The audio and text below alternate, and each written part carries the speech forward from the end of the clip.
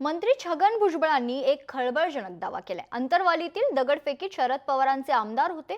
दगडफेकीच्या आदल्या दिवशी बैठका झाल्या होत्या। बैठकीत पवारांचे आमदार देखील उपस्थित होते असं वक्तव्य समता परिषदेत छगन भुजबळ यांनी केले। दरम्यान यावर छगन भुजबळांनी स्पष्टीकरण देखील दिलेलं आहे।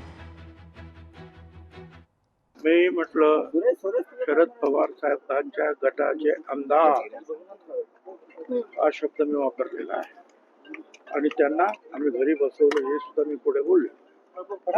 आणि मी हे पण म्हणालो की शरद पवारांना हे जर अगोदर सांगितलं होतं की सांगितलं असतं 84 पोलीस आणि महिला पोलीस जखमी झाल्या तर कदाचित ते आले नसते, परंतु एकतर्फी सांगण्यात आलं आणि त्यामुळे ते गेले म्हणून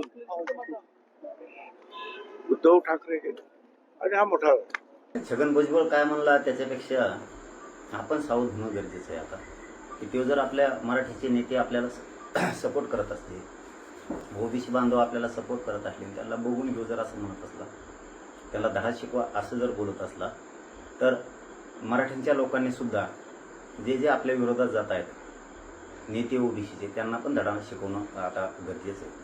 आणि मराठा समाजानं दुसरंही काम ताकदीनं करणं गरजेचं आहे, ते म्हणजे जे मराठींचे नेते आपल्या पाठीशी उभा राहत आहेत, मग ते पक्ष कोणताही असू द्या, सत्ताधारी असू द्या नाही ते विरोधक असू द्या, त्यांचेही मराठा समाजाच्या लोकांनी ताकदीनं पाठीशी उभा राहणं सुद्धा गरजेचं आहे।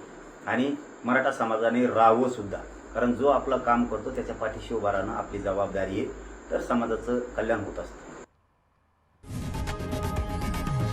लोकशाही मराठी ऐका, पहा, जागरूक रहा।